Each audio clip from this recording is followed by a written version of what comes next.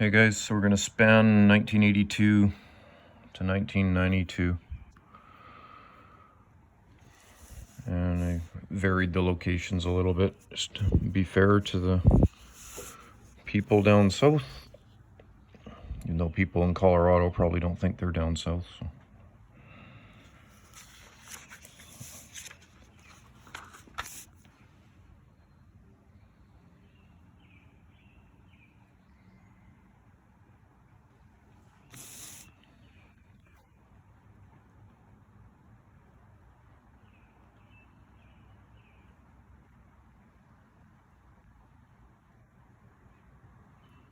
I'm not going to have too much in the way of commentary to say on this stuff, so I don't want to sound like I'm slighting anyone. I just will say this stuff on this type of stuff is what I would call not cookie cutter, but it's neat and tidy, off the shelf. Just the BC stuff here seems to be just a little bit more bush league and bars and canopies and stuff welded all over it and arches and customized and guarding. Just a little bit more redneck.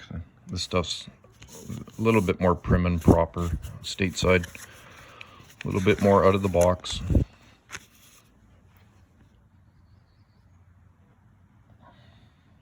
Don't take that as an insult, that's just absolutely how it is. We got such big timber and rough ground and 4,000, 5,000, 3,000 foot high solid rock mountains here they log on. The equipment's just a bit different.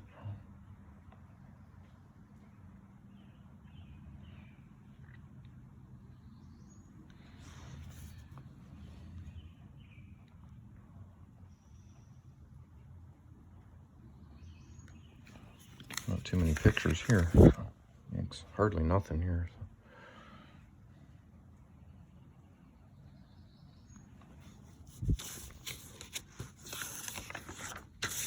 And some trucks.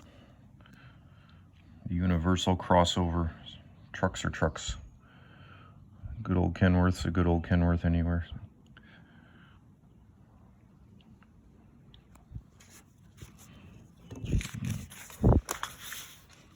California. Can't imagine the weather looking like that and things being bright and shiny and blue sky. Again, today this is what, May 20th, and it's been raining here today. All it does is rain here, except when it's not raining, and then it's just in between rains and getting ready for more.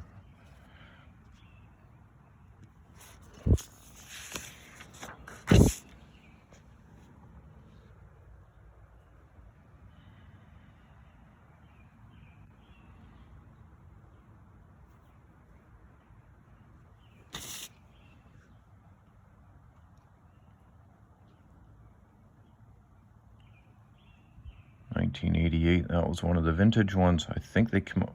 1987, I think, was first one for the 11N. And some of them came out with those impact rippers back then, and apparently they weren't the best thing for the cat. They'd cause cracks and bolts to get loose or broke. Push dozers.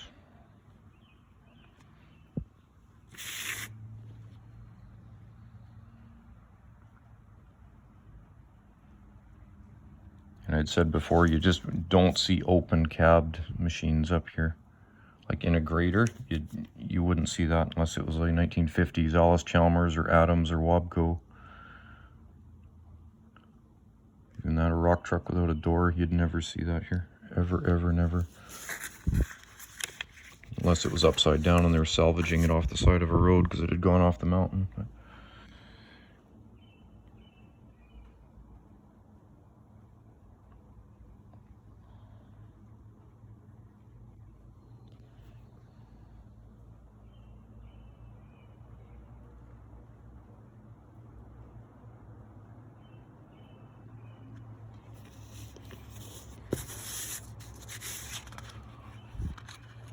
Hey, December 8th. That's my birthday.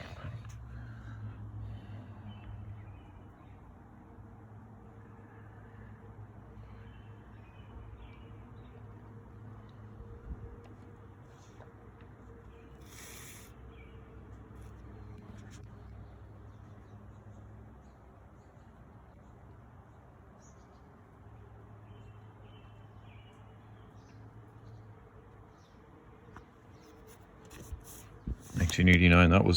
That was pretty ultra modern then. I think that came out in what, 86?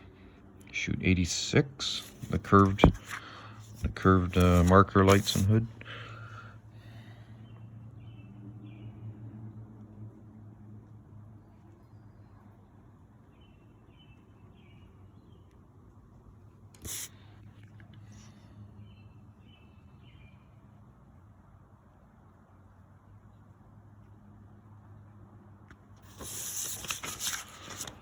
Back cover.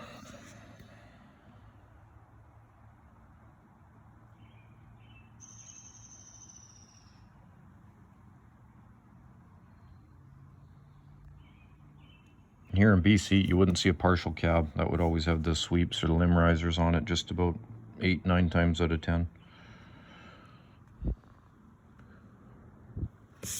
Okay, one more.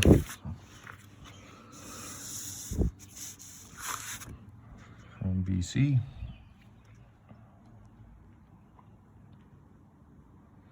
Good old 518 cat. I think they came out in 1970. Oh shoot, I'm wrong. 1971, or was it 70 or 69?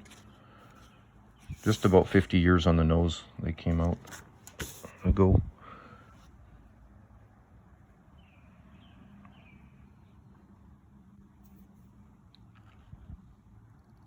And in 1982, the dollar was worth, the US dollar was $1.22. So.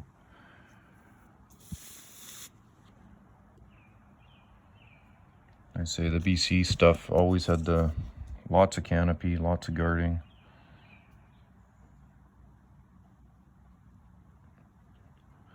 Our stuff just looks a little more beat up. I don't know if that's the word, but it just looks like it's been run through the forest and back.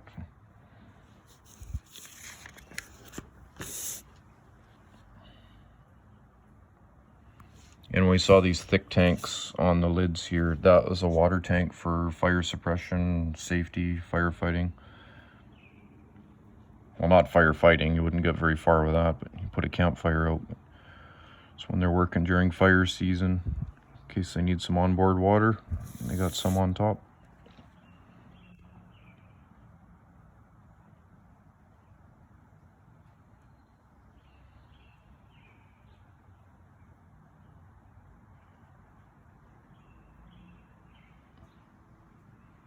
That would be mill-yard machine. That would never work in the woods, that little setup. It's for sorting, or stacking, or house log guy that takes one load a week or something.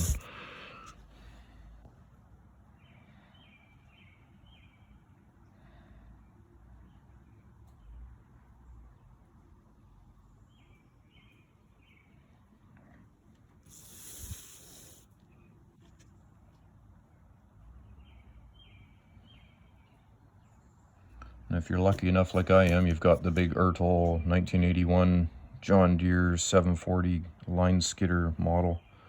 The big one the size of a Tonka truck.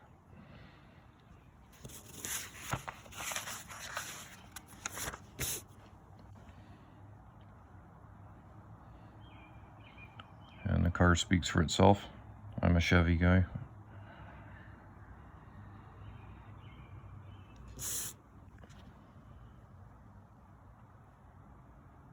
'76 Willock. My dad and I had a 1974 Willock, the same trailer.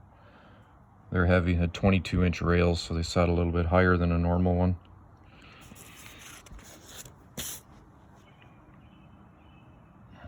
Some sawmill stuff. Farm and ranch.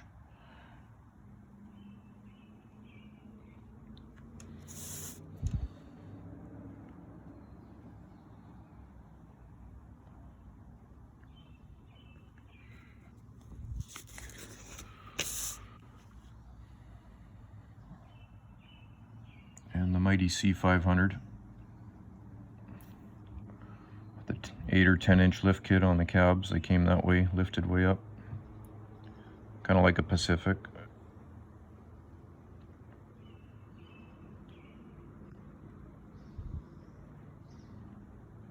And the P9, they're a neat one. All right, a little bit newer set here today.